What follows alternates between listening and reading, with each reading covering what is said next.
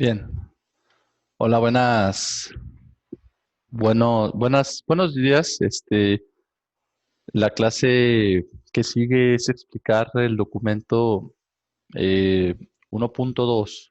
Más que nada es explicar el crecimiento que ha tenido México económicamente, cómo a partir de la llegada del comercio internacional, la apertura del comercio internacional, las exportaciones, las importaciones, cómo se forma un antes y un después.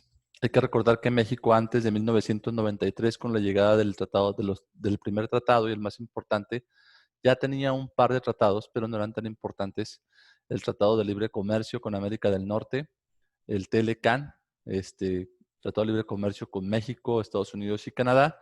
Antes de este tratado, impulsado por Salinas de Gortari, el presidente Salinas de Gortari, no existían las importaciones y las exportaciones como existen hoy en día.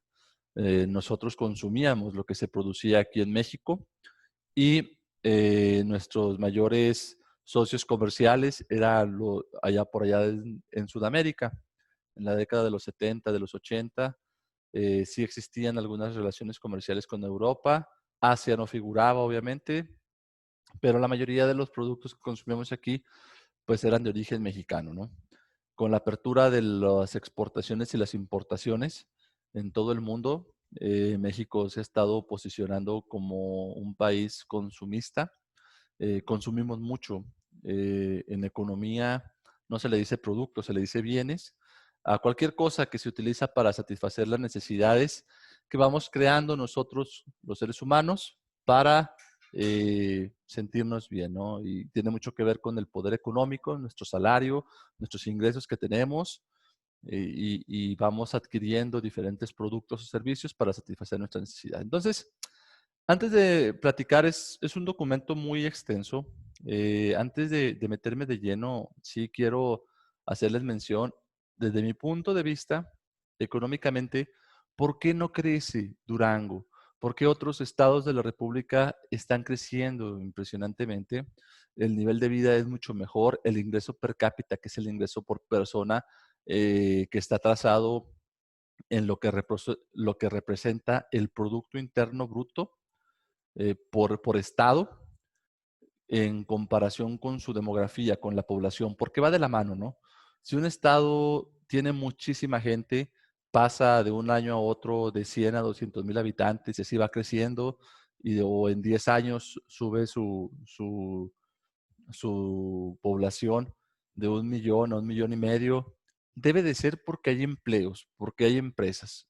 Una, eh, un estado que no genera empleos eh, es un estado que no tiene la capacidad de ofrecer un buen ingreso a la población.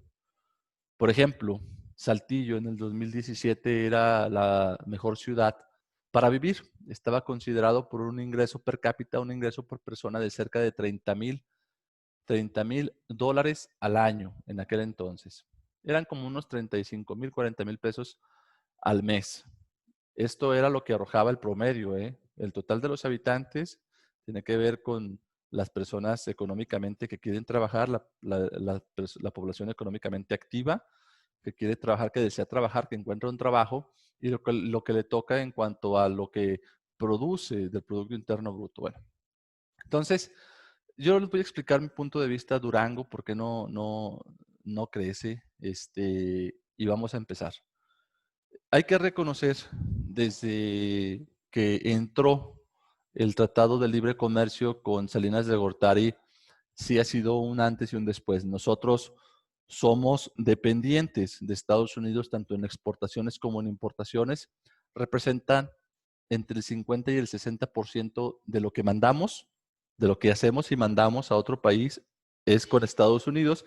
Y lo que traemos también, todos los productos que traemos, ya sea para que lleguen a las diferentes empresas y que aquí se transformen, como por ejemplo todas las piezas para hacer una computadora, pues se hacen en Estados Unidos, es un ejemplo, y luego se traen para acá, ¿no?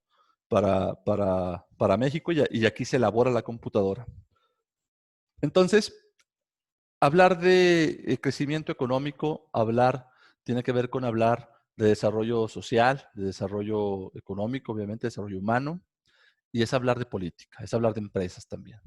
Eh, el Estado tiene la obligación de impulsar ese desarrollo social, ya lo platicamos la clase pasada, eh, y parte de ese impulso tiene que ver con la inversión, con la logística que hacen con diferentes empresas de otros lados para que puedan llegar a territorio mexicano y que puedan ofrecer, cuando una empresa, imagínense que cuando llega, por ejemplo, mi computadora es HP, que llegue la HP aquí, ¿no? A hacer computadoras. Pues cuando llega, no solo trae empleo, porque esta empresa es extranjera. Trae empleo, pero no solo trae empleo, trae tecnología, trae máquinas, trae un sinfín de cosas positivas. Esto se le llama la economía de escala, que son aquellas empresas que seleccionan un lugar, hacen estudios estratégicos de acuerdo a la mano de obra, a la localización y a la gestión también que tienen que hacer los países correspondientes, sus, bueno, los presidentes, los gobernadores, para que vengan, ¿no? Y se posicionen en el Estado. Yo recuerdo Herrera Caldera se encargó de realizar gestiones en China, por ahí hizo el Puerto Seco enfrente del aeropuerto.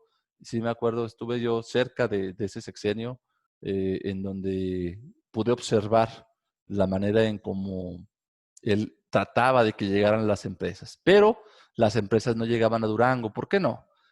No llegan, desde mi punto de vista, llevo estudiando economía de hace unos 6 años, 7 años, no llegan porque no tienen la capacidad, en este caso el Estado, vamos a hablar del municipio de Durango, de poder albergar este tipo de empresas. Para que una empresa pueda llevar a cabo su actividad industrial, necesita combustibles, necesita electricidad, necesita caminos, autopistas para llevar a cabo la logística de la distribución de lo que están creando, poderlas llevar a los puertos para exportarlas o poderlas llevar a Estados Unidos, ¿no?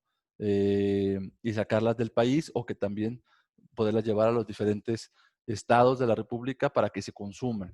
Entonces, por ejemplo, hablando de combustibles, que son los derivados del petróleo, para que te des cuenta, las maquinitas, todas las máquinas, yo tengo una podadora aquí, tengo un poquito de pasto y me compré una maquinita, pero funciona con gasolina.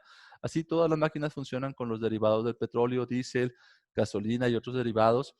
Y para que una empresa pueda producir, principalmente se necesita que tenga suficiente de esto. Y en Durango no tenemos. En Durango no pasan los ductos de Pemex, que yo creo que tú has escuchado de los ductos del huachicol que vienen por abajo de la tierra. En Durango no pasan este tipo de ductos. En Durango se va. Tenemos un almacén eh, grandote que está enfrente de Tiendas Ley, para que te ubiques más o menos. Y eso es todo lo que hay.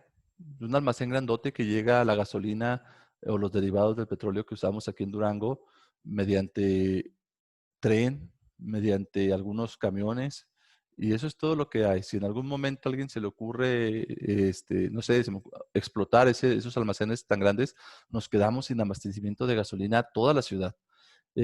Cuando en otros estados de la República penetran esos tubos grandes, a veces vienen desde desde las plataformas petroleras, la mayoría de las veces vienen desde refinerías que lo transforman, y entran por abajo de la tierra, los tubos, y en la mayoría de los estados, si no es que todos los estados industrializados, yo creo que tú has ido a Monterrey, has ido a por allá a Ciudad Juárez, Chihuahua, has ido a Querétaro, ahí hay parques industriales, ¿no? Impresionante. A México DF, y te ha tocado ver muchísimas empresas grandes, pues tienen este tipo de ductos en donde tienen la solvencia para poder ofrecer. Entonces, de Durango no pasan, pero sí pasan, por ejemplo, por la, por, por la comarca lagunera. Por eso la comarca lagunera se ha expandido más.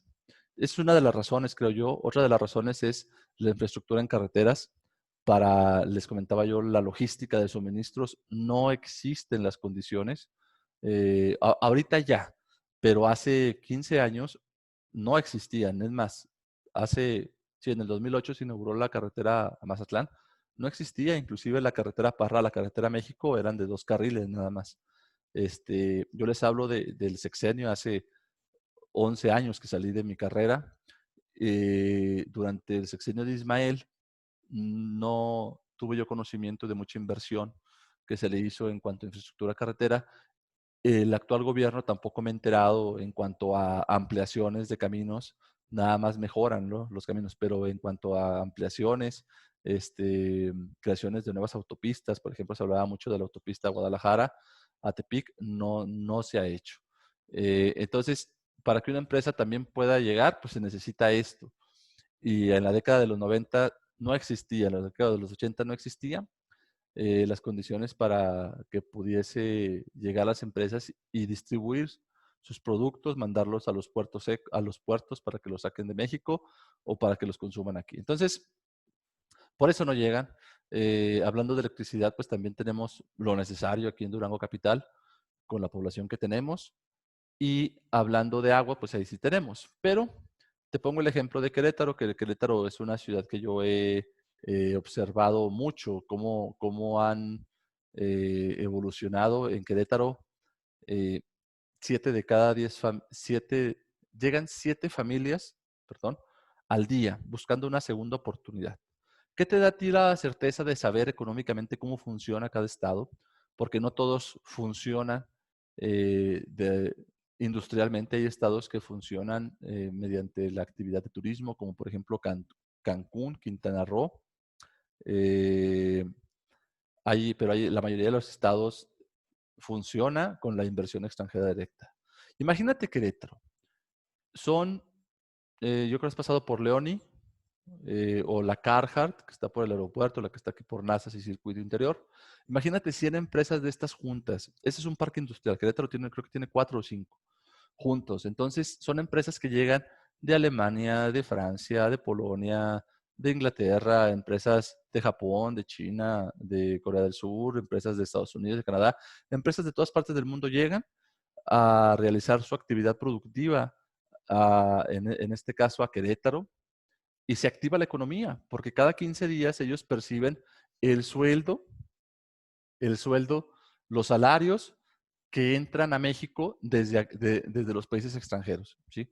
Digamos que la economía cada 15 días se reactiva en estos estados, en estos municipios, en donde la actividad industrial es muchísima, los sueldos son muy buenos. ¿Por qué? Porque entra mucha economía, ¿no? Entra mucho dinero del extranjero proveniente de esos países, y el entrar aquí pues se transforman en pesos mexicanos la divisa, y deja una derrama económica importante que se empieza a distribuir en toda la población.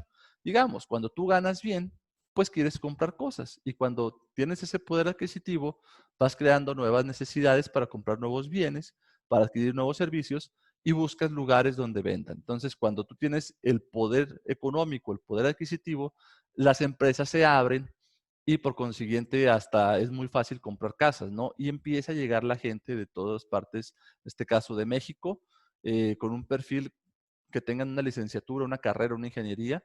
Es muy normal que no se vayan a Estados Unidos buscando el sueño americano, sino que vayan a este tipo de estados en donde se gana bien, los sueldos es en relación a Durango de 1 a 3.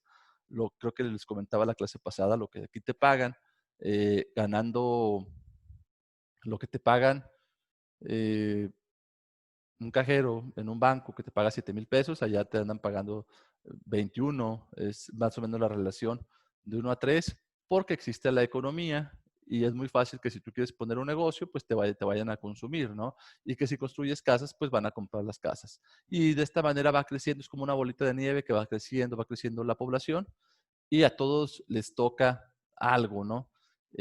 Por eso yo digo, es importante identificar esto. En Durango así son los sueldos, nadie tiene la culpa, así es nuestra economía, y hay que tener la capacidad de crear un modelo económico muy bueno aquí, más que nada crear un negocio, porque como empleado, pues sí, los sueldos son muy bajos, ¿no?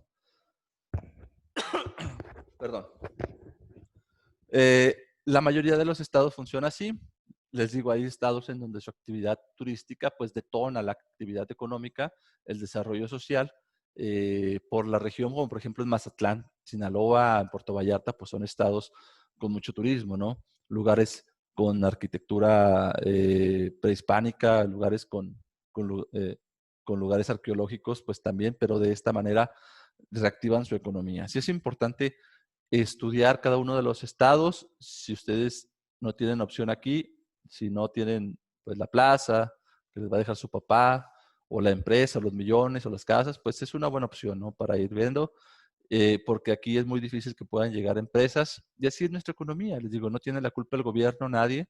Yo creo que todos han escuchado eh, la historia de que la Modelo, que está ubicada en Calera, Zacatecas, iba a llegar aquí en Durango y que no llegó por actos de corrupción. Muchas cosas, pero realmente la verdadera respuesta por la que no llegó es porque no tenía las condiciones necesarias Durango para ofrecer que llegara una empresa de este tamaño, ¿sí? Tomando en cuenta lo que yo les dije, combustibles, infraestructura en carretera, entonces, pues decidió no llegar, ¿sí? No, no tuvo la culpa del gobierno, simplemente así es, y bueno, nos rodean los ductos de Pemex. Entonces, eh, hablando de Durango, este documento nos habla acerca de otros estados, lo que ha pasado, pero antes de meterme a platicarles, hay que hablar del personaje que se encargó de muchísimas cosas que están pasando y que se lo debemos a él, ¿no? Tanto malas como más malas, y como no se crean, como buenas, porque eh, somos estudiantes, vamos a salir con una carrera y hay que saber la historia económica de México, ¿no? Hay que saber la historia de dónde vives, de Durango, para que te puedas crear una perspectiva, un juicio. Salinas de Gortari toma posesión del 1 de diciembre del 88 al 30 de noviembre del 94, y durante sus sexenios se caracterizó por muchísimas cosas. Hizo cosas buenas, la apertura a los tratados de libre comercio, que mucha gente tiene su parte negativa.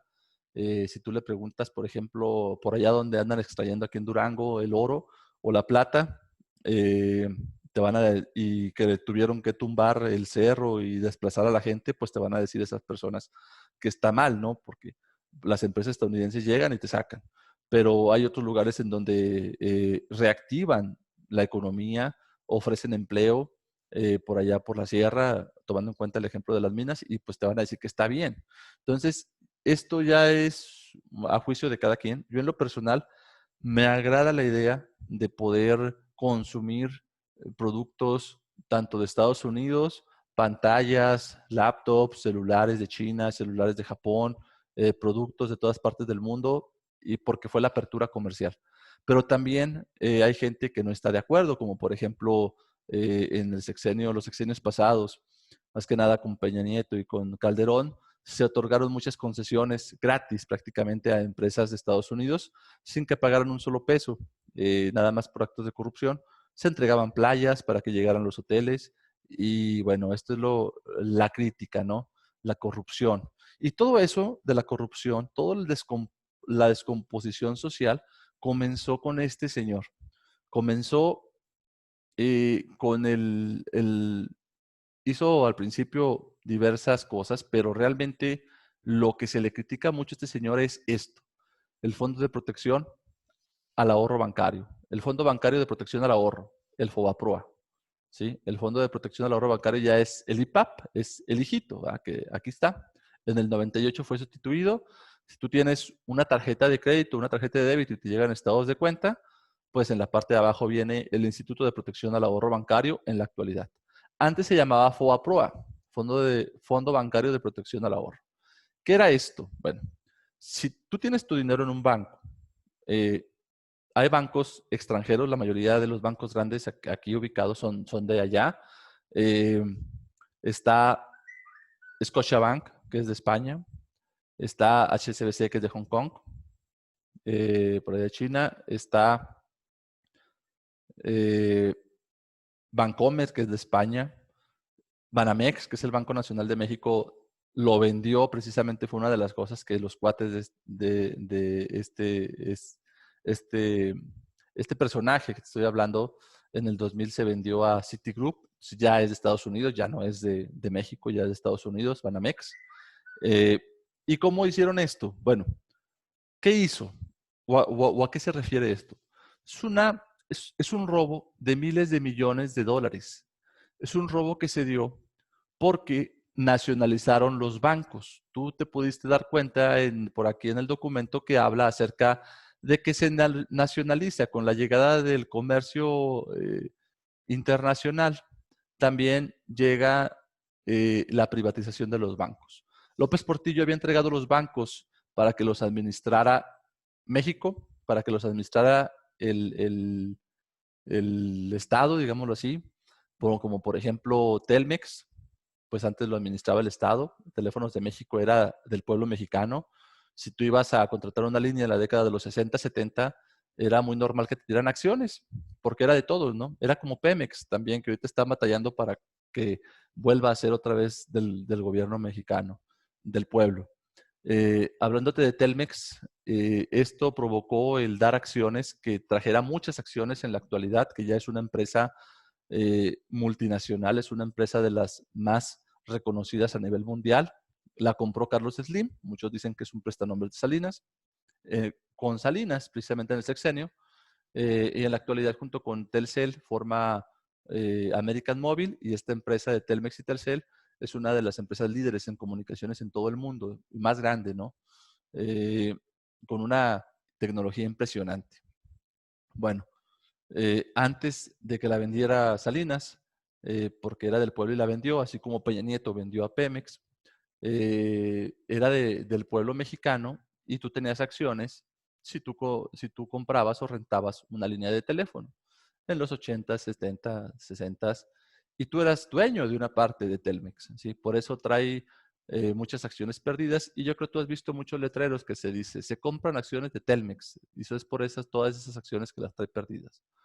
Entonces, eh, parte también de lo que hizo pues fue esto, los bancos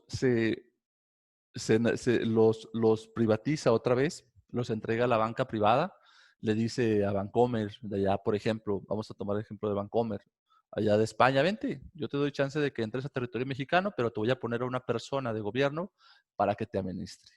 Empieza a poner a sus cuates y empiezan a otorgar muchísimos créditos falsos a gente que ellos querían.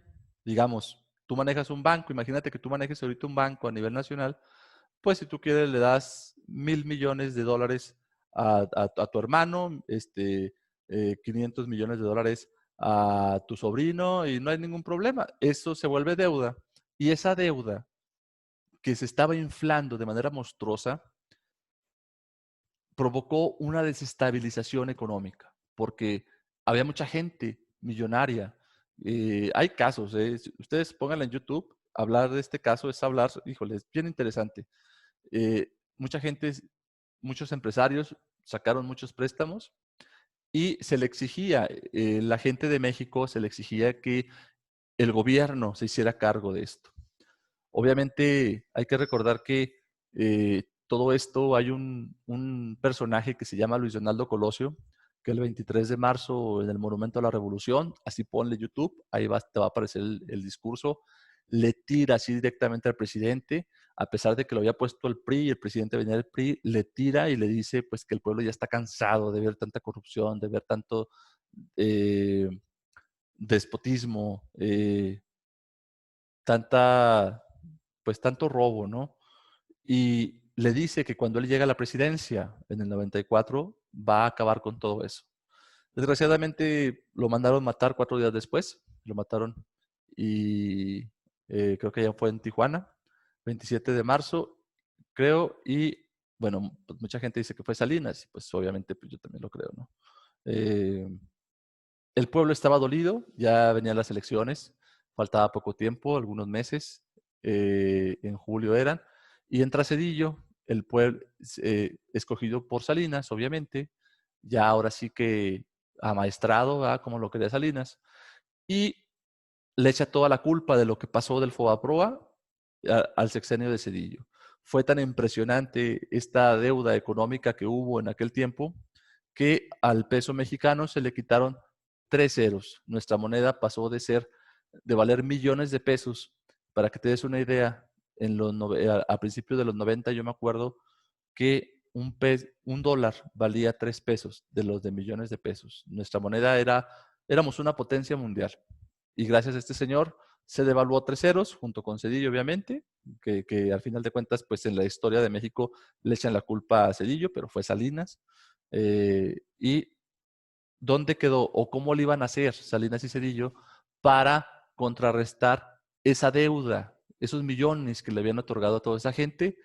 Pues por ahí salieron algunos spots de personajes políticos, incluyendo los del PAN, en donde ya estaban hartos y tenía que absorber la deuda del pueblo mexicano. Se hizo deuda pública. Esos millones lo estamos pagando tú y yo en la actualidad. ¿Qué significa deuda pública? Que la deuda pública es la deuda de México.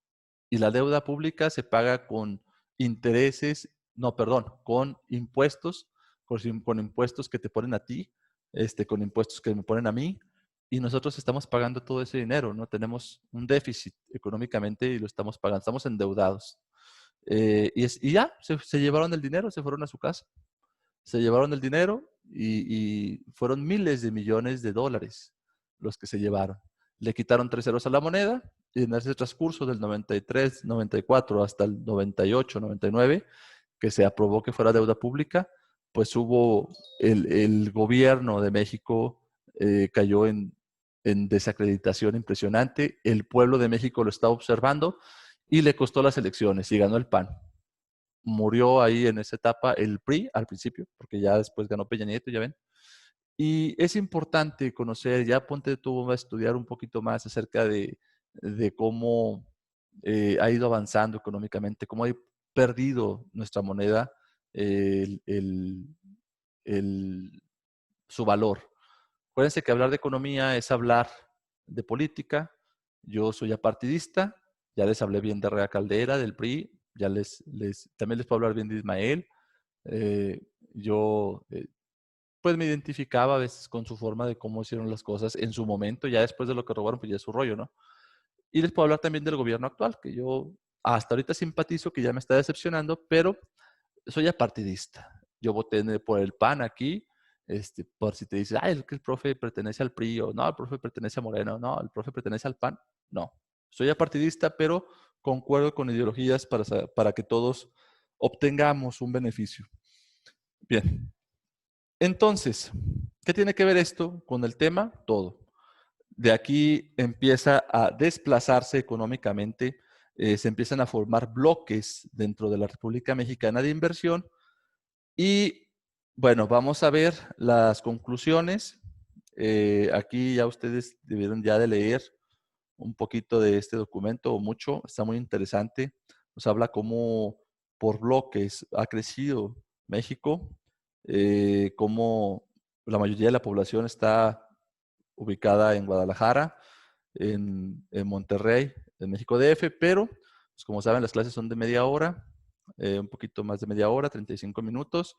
Y en este caso vamos a dejarlo aquí. La próxima clase vamos a cerrar, a dar las conclusiones del documento, que es el desarrollo, y vamos a meternos al otro tema. ¿Vale? Les agradezco mucho su atención, que tengan un excelente día y una excelente semana. Gracias.